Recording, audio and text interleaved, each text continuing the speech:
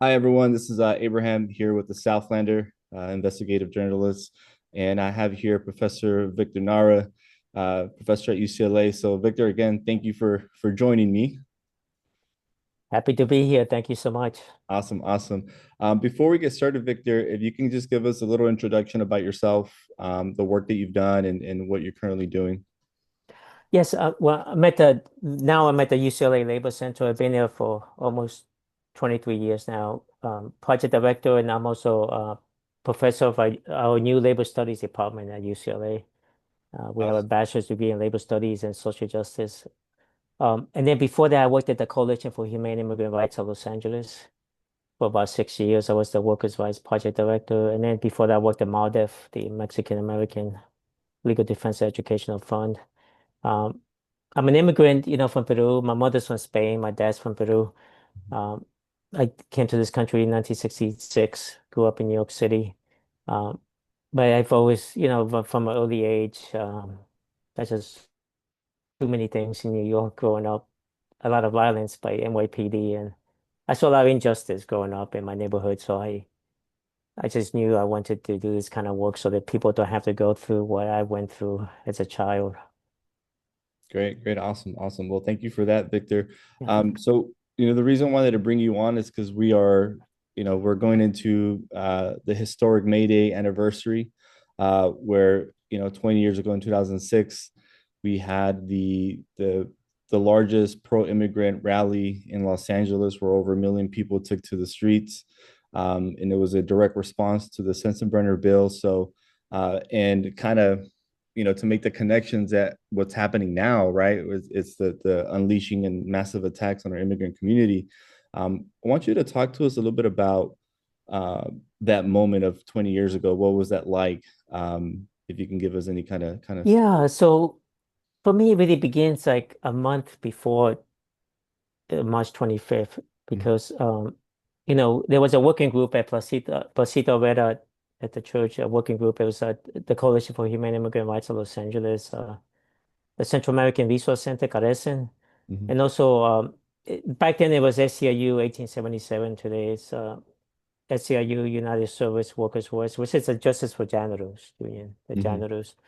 And there were a few other smaller groups, but they were working on we were working on mobilizing an event because that December, the December in 2005, the House of Representatives passed the Sensenbrenner legislation, which would have made it, it would have made it a felony to be undocumented in this country, and it would have made it a felony to aid and support undocumented immigrants.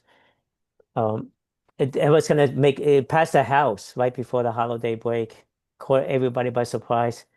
And then it was going to make its way to the Senate in the spring. And so the reason why we picked March 25th is because the following week, one of the Senate Immigration Committee, one of the Senate committee was going to it was going to hear the Sensenbrenner bill. So we needed to do something to stop it from moving forward in the U.S. Senate. And there was a coordination with other cities because other cities were planning. It was a national movement, other cities were planning so many similar things, similar events, activities. And the idea was to oppose the central burning bill, but also send a strong message to our senators not to move it forward. Um, 2 weeks before March 25th, Chicago had the event, and 400,000 people came. wow. It was March 11th, 2000. So, we should honor March 11th. Wow. Wow. 2025 Chicago. So that's a big deal, 400,000. Yeah. And we were planning like, I handled the police permit process. Hmm. Because back then people always looked to me I had this knack for filing permits to get, permits approved by the city and the LAPD. Hmm. So we put down 10,000, and that was our aspiration to get as many as 10,000. It would have been a strong statement. But when we saw 400,000 in Chicago, and the organizers for Chicago came to LA, met with some of the activists working on the LA March. Hmm. We realized we needed to revise the permits, and we were looking at. So I revised the permits to 50,000, Mm, But then the LAPD wouldn't accept that. They said like that's an exaggeration. Like they yelled at me at that meeting. The sergeant was like, "I'm exaggerating the numbers. There's no way they're gonna put so many LAPD officers on the streets. I don't have. You gotta pay overtime. They're gonna prepare for 10,000." And the sergeant said, "What happened in Chicago? That's Chicago. This is Los Angeles." So mm-hmm, so they were prepared for 10,000. I was trying to get them to get enough. I changed the number to 50,000. wow. Um, so but when the Chicago also the activists here with us while I was working there, so we are trying to duplicate like, the use of the media. We went did a whole campaign with the media Mm-hmm. because that really helped. And then the role of the different interfaith, the churches, Yeah, it was like promotion from everyone. nice. We're white, Chicago, they were white, Yeah. we're white, and bring your families, and it'll be like Gran Marcha, and then we educated people why this march is important because this bill, if it passed at the Senate, would have became law. Yeah.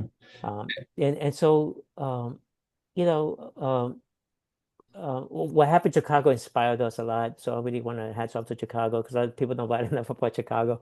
It Hmm. got us all very motivated that we could go even deeper. And 50,000 actually was actually a major aspiration for us. Wow. But you know, I volunteered to be the first wave of security. So I would show up there at 8 o'clock in the morning to start Hmm. forming the first security team that in preparation. We were supposed to start at I think 11 o'clock. Hmm. So I got there super early to form the team, and then others would join me later on. And by 11 o'clock, we can be all staged and ready to move. So I got there 8 o'clock I took the metro. So I was at the Labor Center building in MacArthur Park. I Hmm. parked there in that building and took the metro. And the metro was for families, community members just wearing white. And this was like 7:30 in the morning. Wow. And it's like, so I was overwhelmed by how many people were taking the metro. And then when I got there, I got there and there was thousands of people. The LAPD told me that there were 25,000 people already at 8 o'clock in the morning, which I think was a lot more because they usually give me an undercount. But Yeah. 8 o'clock in the morning, there was at least 25,000 people already waiting for an 11 o'clock march.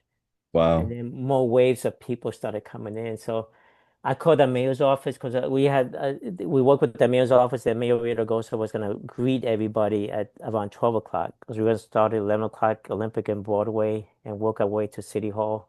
And the mayor will welcome everybody. I call his office at o'clock. I go, you got to wake him up. Tell him to get ready. The first march is moving. And then there was like, what do you mean the first march? Send the first march and then the next March, Yeah, yeah. because we couldn't contain, there was no way could No, contain yeah. everybody for 11 o'clock. Yeah. Yeah. And so the house, they couldn't guarantee anything, but he was there around 10 o'clock waiting for the first Hmm. Hmm. wave. But it started coming in waves. Yeah, Oh, yeah. we were just moving everybody forward, directing people towards City Hall, and then they took over Broadway. Broadway became too small to contain everyone, so we took over Spring and Los Angeles Hmm. Street, and Yeah. so you saw all the streets, but everybody was moving in one direction towards City Hall. And Um, what would you say was your experience like prior to May 1st, like in the work of building it, right? yeah, Because it's easy to talk about oh the day yeah. of, right? But like people don't really understand like to build a movement, to No, build well, this a march. started, in 1999, in the late 1990s, because I go back to Miguel Contreras and the transformational labor movement, because Miguel Contreras became the first person of color to lead the labor movement Mm, in LA in 1995. And the first thing he did was reach out to immigrant rights groups. He wanted to make a more inclusive movement. He wanted to, because back then there was very little connection between immigrant rights and labor. hmm. Um, but he wanted to really to make the labor movement connect with immigrants and immigrant workers. Mm, And I think that started the base building. And got then that helped it because in 1999, the AFL-CIO convention was in Los Angeles, and Miguel pushed forward uh, uh, made that push for the executive order for the AFL-CIO to declare support for legalization, support for immigrants, it. Hmm. immigrant workers. and they issued that executive order to support immigrants and legalization in 2000. That started one, at that point, that's when labor and immigrant rights started that connection that you see Mhm. today. That started the base building, and then Maria Elena Durazo, who back then was the president of United HOA Local 11, the Hotel Workers Union. In 2003, she launched the Immigrant Workers Freedom Ride, Mhm. um, and that was the Freedom Ride with 19 buses from Los Angeles and other parts of the country worked its way to Washington D.C. There were a lot of immigrant workers, undocumented immigrants in these buses, and the idea was to connect with the civil rights movement, the freedom rights, and the idea was to really talk about the struggles of immigrants and call for legalization. So I think this was this base building. We've been doing through Chile and other organizations. We've been doing the May Day marches. We started in 2000. In Mhm. 2002, our May Day march was 15,000, which was big. At that was one of the biggest marches.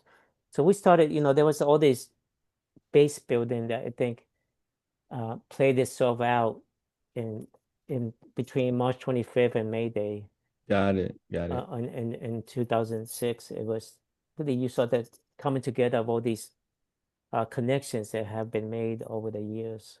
Yeah. So the Sensenbrenner bill was really the spark that lit Yeah, the fire for that day for everyone to come out. But that work has been, was being yeah, done yeah. and done. What Uh, happened though in March 25th is they want it was only a handful of organizations working on it. So mm, really the community, but many community members came out for different reasons, and it mhm, was more of because there was this sense of urgency because of the media, all the media push, the different churches were mhm, pushing it.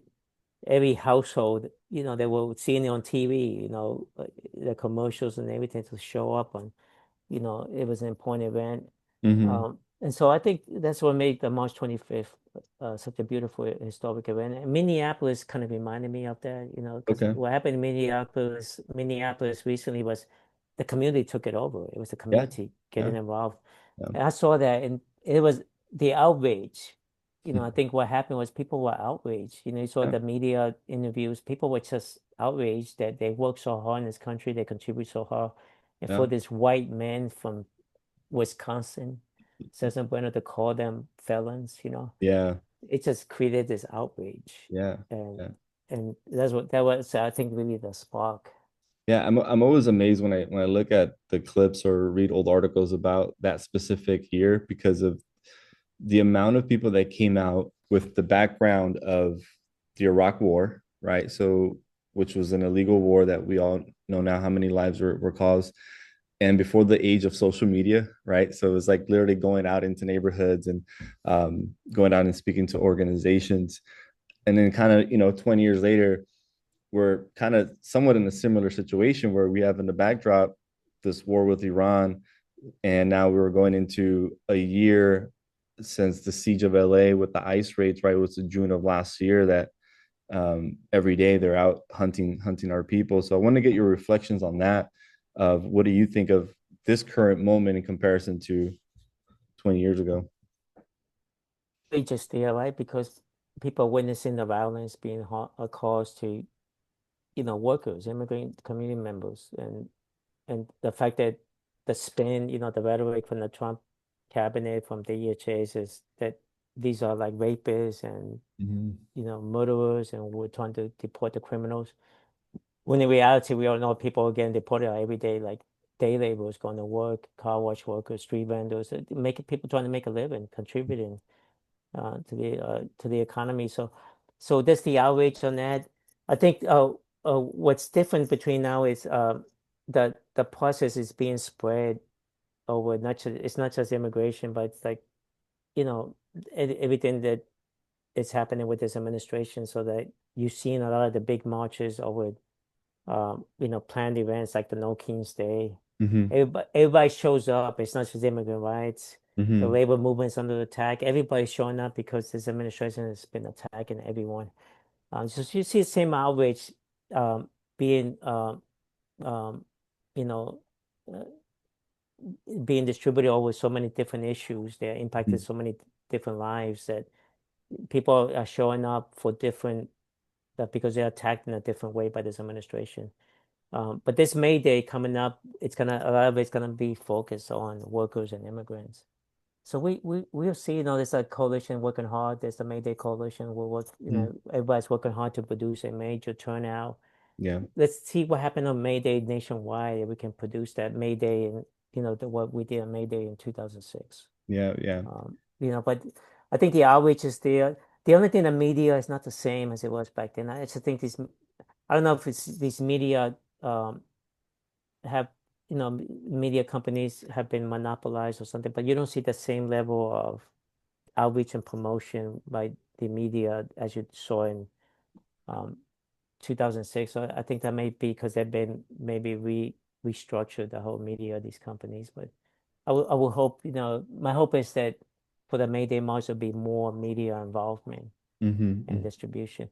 Um, I think I'm a Catholic activist, so I don't mind calling out my Archbishop, but I would like to see him like, I would like to see Archbishop Gomez also mobilize hard, like, you know, back then in May Day 2006, Archbishop Mahoney, Cardinal Mahoney marched with us. Oh, wow. I would love to see Archbishop Gomez on the streets for one of these marches. Yeah. He needs to be bold and courageous. Now is the time to do it. Hmm. Um, so I'm calling him out as a Catholic activist to join us and at Yeah. least also promote May Day and then make strong statements about the harm being caused by this. The Pope is doing it. Hmm. His own boss is doing it. So Yeah. Yeah. so I'll Yeah. call him to do what the Pope is doing. Yeah, I remember that day specifically. I was a freshman in college I was attending SMC at the time, and I just remember seeing, signs, a day without a Mexican, a day without an immigrant, wear a white tee and go out to Yeah. downtown. And I remember going there right after, well, actually, we didn't even go to class, but we met up at the parking lot to go. And to even get to downtown, the traffic was backed up Oh like yeah. crazy early on. And we parked up somewhere along Olympic and just started walking, and it was just like a sea of people I've never seen before. Well, I have now, but like it was just I just remember thinking, wow, this is what a protest is like. Because one of my first ones, I was like, wow, this is pretty big. So I want you to give us a little bit of what was your day like on that day? Well, I had to work, right? I love working the marches because you're contributing another way. But then, Sure, for sure. in this one, my role changed, right? Because there was no such small team. It was the legal, the not the legal team, but the security team was set up for like a march of 10,000 to Hmm. 50,000, and so we all really became more like guides for the marchers to move everybody in a good direction. Hmm. Um, you know, the other thing that your cell phones didn't work. I don't know. Yeah, There were so many people that the cell phones went out. It was not working at all, the cell phones. yeah, So we couldn't communicate. So we yeah. have relied on our skills of having done these marches. There was one part though, you get to the city hall, there's that wall that because the mayor was there speaking and other Mhm. speakers.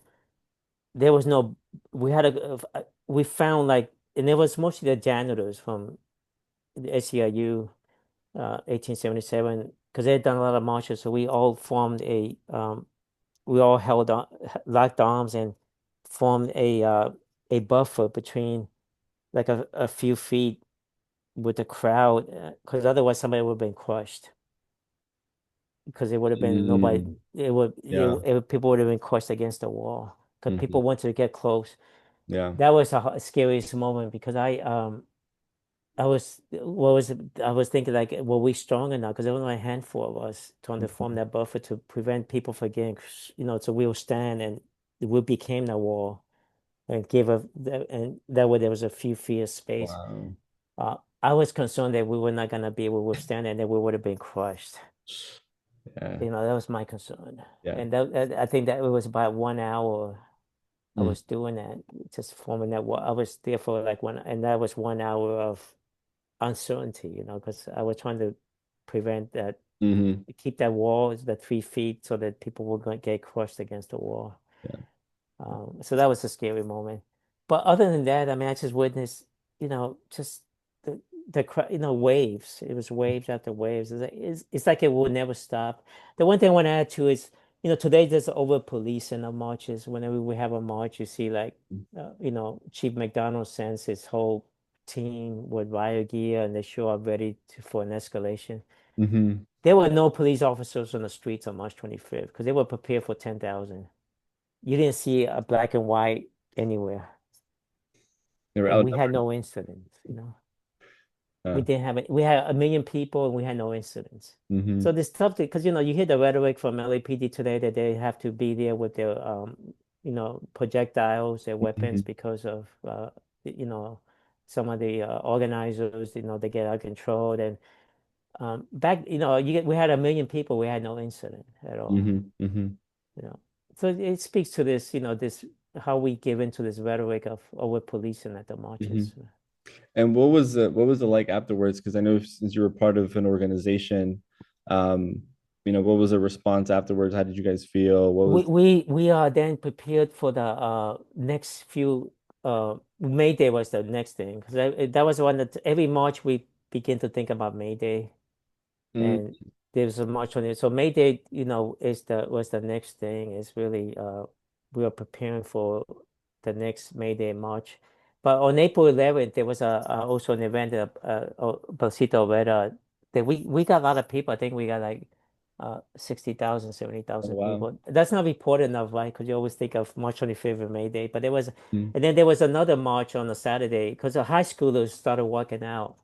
They also like the workouts that you have been seeing recently. It was happening on a massive level during the week, and oh wow. so we decided then to talk to a lot of the high school leaders about doing a march, a major That was march before on May a Day? Saturday. Yeah, yeah, before May Day, doing a major march on a Saturday. So it was a Saturday in April where we did a Saturday was all for young people. The Mm-hmm. march was and tens of thousands of young people showed up.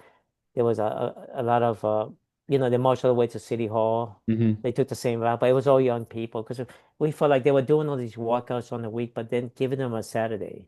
Mm-hmm. Giving them a Saturday would it could be only a march dedicated to young people walking out.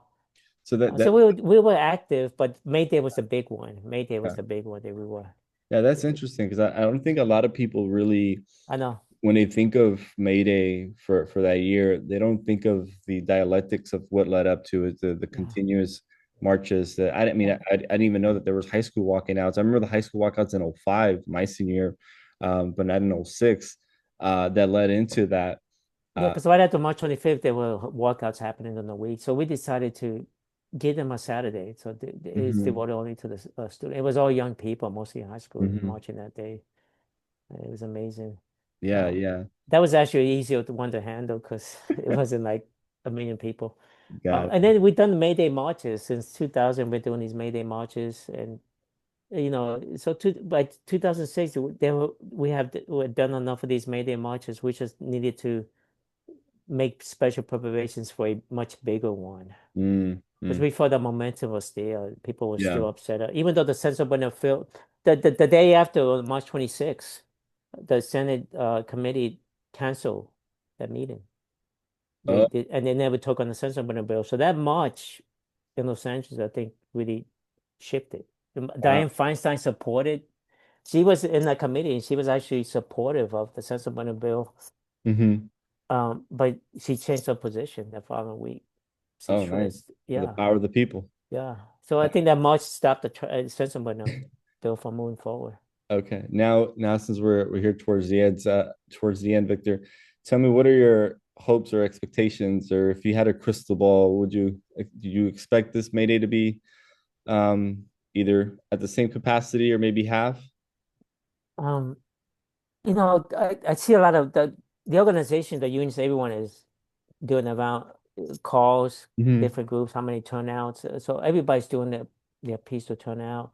I think it's gonna be a big march. I don't know. You can never like. I don't know. You can never duplicate Yeah. a million on the march. And then May Day, we had two marches.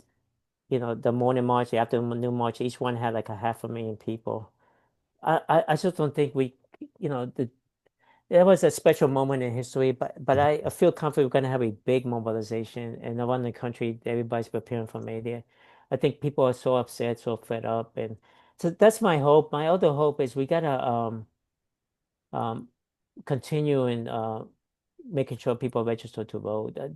You know, what happened in Texas recently, the Latino vote showed itself in Texas, Hmm. recently with the primaries, and I think Trump's concerned about that's why he's trying to shove the SAVE Act. He's trying to get it through the Senate because he is concerned the numbers don't look good, but especially Hmm. the immigrant vote. And I think, we need, hopefully maybe they can also be a pivot to force them to begin focusing on the midterms. I mean, I think we're going to take the House, but I think we may also be able to take the Senate. But we just got to get out there and really make sure people do vote. And Hmm. Latino voters were disappointed. It was disappointment, the Latino vote with Trump, but I think that's shifting in the other direction. But we Yeah. need to maximize it. And one thing is to be registered. The other part is to actually vote. Hmm. Hmm. Um, so I think this May Day can also be a momentum builder for the For sure. midterm elections. For sure. Yeah. Yeah. The history is kind of parallel to each other right now, with all the attacks on the immigrant community, um, and the disapproval rating that Trump has. So we could be. I think you're right on it that there's going to be a mass mobilization. Is it going to replicate 20 years ago? I doubt it, but I hope we're wrong. Yeah, the thing about it is like it's always a special moment in history we must never forget because I Yeah. think things it's a different time period, different, but I think we have the potential for something big on May Hmm. Day, Yeah. and my hope is we can duplicate it. But just even having a big show of Hmm. presence on the streets will be amazing for Yeah. LA, but throughout the country. Yeah, I think this year there'll be not only a big mobilization here, but it's going to be, yeah, spread out throughout the country. I think the And then organization. we gotta remember the big vote. We just gotta make sure people we have a chance to turn it around, not just with the House, but with the Senate, and Yeah, really diminish this president severely. yeah, yeah. Well, Professor Victor, thank you so much for your Yeah, thank you so time. much. Enjoy your show and Yeah, keep up the great work. yeah, awesome, awesome, awesome.